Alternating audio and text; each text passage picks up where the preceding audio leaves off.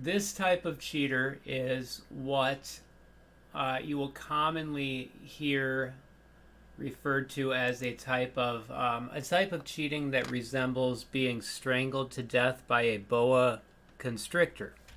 My opponent goes e4 and I play e5. My opponent plays f3, I play c6. So you'll see nothing crazy yet. Now I play f6. That is crazy. I believe I'm not certain, but I believe I accidentally thought that I had the white pieces, and my opponent then plays the best move, d4, and so I just develop. I already don't want to be black in this game at all. Just because somebody cheated on chess.com does not mean they cheated in every game. My opponent definitely cheated in this game. It's just a matter of how much. If I had to bet, I would say that that move was probably his own. It looks like a good move. It looks like an easy move. And you always have to remember when you're dealing with cheaters, they are 99% of the time toggling back and forth between the game and some sort of chess engine, either online or offline, where they are going to simply copy the moves. The other alternative that I like to think about is like somebody has one of those like neon blue Macintosh computers from like 2001 with like the built-in chess app. And now my opponent plays c3. Again, 1 or 2 seconds off the clock. Usually the opponent is not cheating. The opponent is making what I would refer to as a neutral move.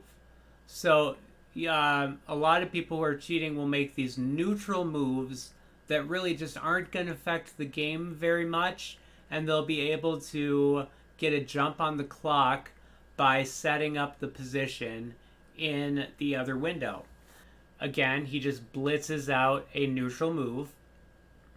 I play knight c5. And so now my opponent is going to need his first think. And for this move, he takes 5 seconds to find the best move, retreating the bishop to c2. I play a5. So now this is a tricky situation. So now you can pretty much guarantee that my opponent is going to take approximately 5 seconds to play the next move. And when he plays b4, it's exactly 5 seconds. Yep. Let me guess. It's going to spend about 5 seconds. Wow. 13 seconds to find the move rook a4. Now that is a very annoying move. If I try to castle kingside by developing the bishop, he's going to come down here, and if I castle, then I am now dead. I am now dead. I'll just lose my queen. There's nothing else you can do. But I do exactly what I suggested, and I do aim to castle. I take there, and now I'm going to castle. In my next move, oh wait, I can't, because he takes back with the queen with check. So this, to me, this looks like a critical position, and sure enough, he takes another almost 15 seconds to play that move. So this is very annoying. This is a very annoying move to deal with, and I play queen c8. He plays g3. If you let the engine run long enough, it will eventually say that this is either the best move or the second best move on the board. Yeah. My pieces are paralyzed. My pieces are just completely paralyzed. I can't move the knight without there being a queen trade, take back I would lose a piece because of this G3 move he made. This knight can't move forward. I come up with a sensible plan. I play knight e7, protecting the queen. I play the extremely awkward move, but effective move, because I'm protecting my queen. The engine actually likes the idea of taking here. My opponent completely locks down the position. I think he might have gotten a little too comfortable. He probably was a little bit worried about time, but he also probably just wanted to simplify the position a little bit more. So now he makes a little bit of a mistake right here, and he plays c4. It's possible that he intended to play the best move, knight to c4, but again, it looks like his plan is he's up on time. He's going to lock down the position, make it impossible for me to move, and win on time. I am able to find the best engine move once again, but all of my pieces are completely locked. So even though the evaluation for white is only plus 1.5, I can't move my knight to either square without it being taken. My king can't move at all, or it can't move this way because of his knight and his pawn. So this is an extremely unpleasant situation. And now my opponent plays a7. And I play a move that is not a good move, but it does complicate things. It's actually really not that bad of a move. Now he's going to spend another 5 seconds taking the free pawn, because, I mean, so many options.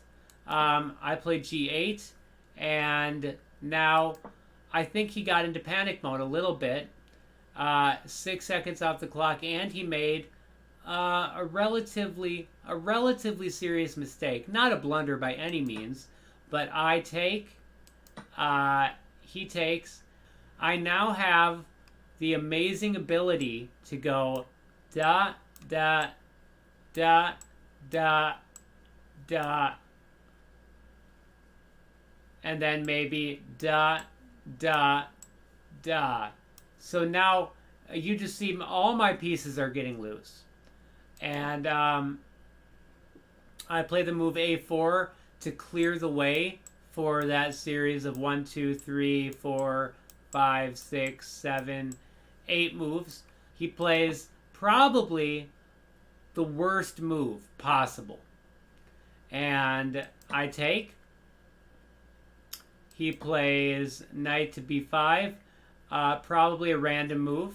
Okay, so now we have random moves played fast. And now I get to execute my incredible sequence of bishop moves.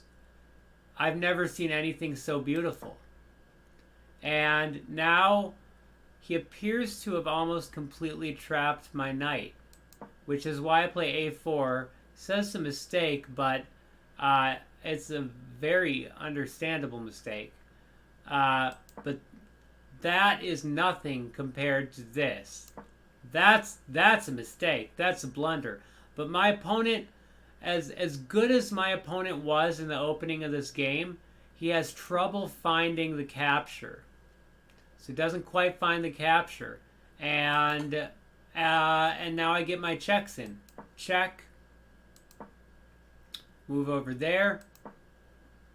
Check. And after a quick king move and that move, I take, and I genuinely could have won this game. I just freed my pawn. I move my king to safety. He comes in there. I actually, theoretically, could have won this game. Although, God knows what the engine had planned. I don't even want to find out. I'm going to leave it here because he loses on time. And that is Murdoch for you. Murdoch 619. currently inactive, and the account was closed for a violation of the chess.com terms of service. We salute you, Murdoch.